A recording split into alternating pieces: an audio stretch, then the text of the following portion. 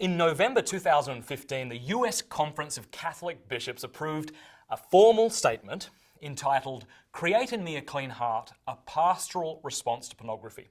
This is a major statement on behalf of Catholic leaders in the United States about how widespread the problem of pornography is and what the Church's response should be to that problem. In this video, I want to offer just 4 quick comments about the wisdom contained in this beautiful document. Number 1, the central problem with pornography is that it is an offense to human dignity. There's a lot that can be said about the problems caused by pornography in the world today. There are the abuses of women and men and even children who suffer at the hands of those who make porn. Addiction to porn is growing, robbing us of our time, money, and cherished relationships.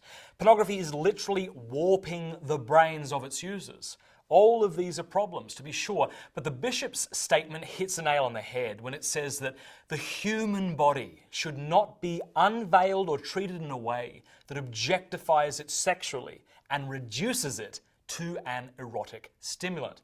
You see, our dignity as persons is bound to the fact that we are created in the image and likeness of God, and this includes our bodies. The bishops write, quote, "The human person is a unity of soul and body, and the body shares in the dignity of the image of God. The body reveals and expresses the person. It expresses in a visible way one's invisible soul and manifests one's masculine or feminine identity," end quote. Deliberately looking at porn is a grave sin against that dignity because it takes those intimate parts of us meant to communicate love and it dehumanizes.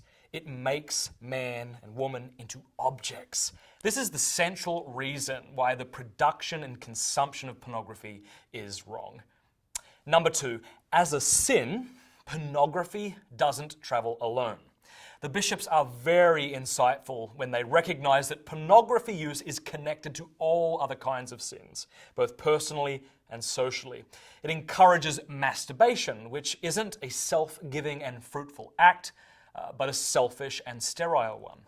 Over and over, studies have shown that porn use is associated with adultery, domestic violence, child abuse, and even sex trafficking. Number 3, pornography is an equal opportunity evil. The bishops see the problem not just impacting one sector of society, but something that is woven in and out of every sector.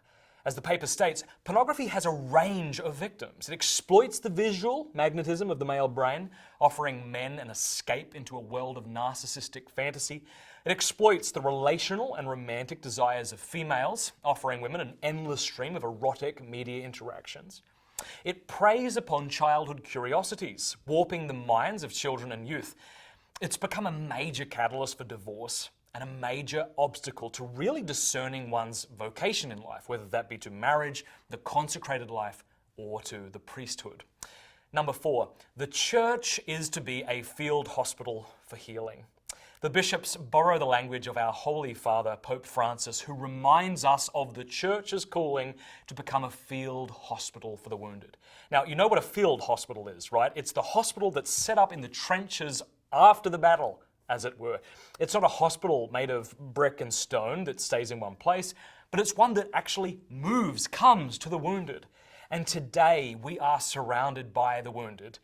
People wounded by original sin, people wounded by the sexual lies of our culture, people wounded by their own sexual sins, and people wounded by how others have sexually abused them.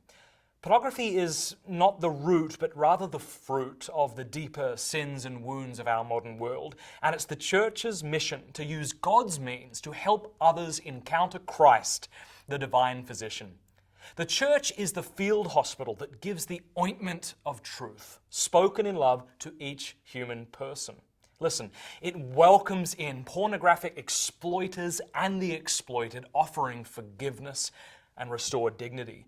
It boldly proclaims that Jesus is the way to freedom for anyone who has been entrenched in pornography, saying, "Be not afraid to approach the altar of mercy, the sacrament of confession."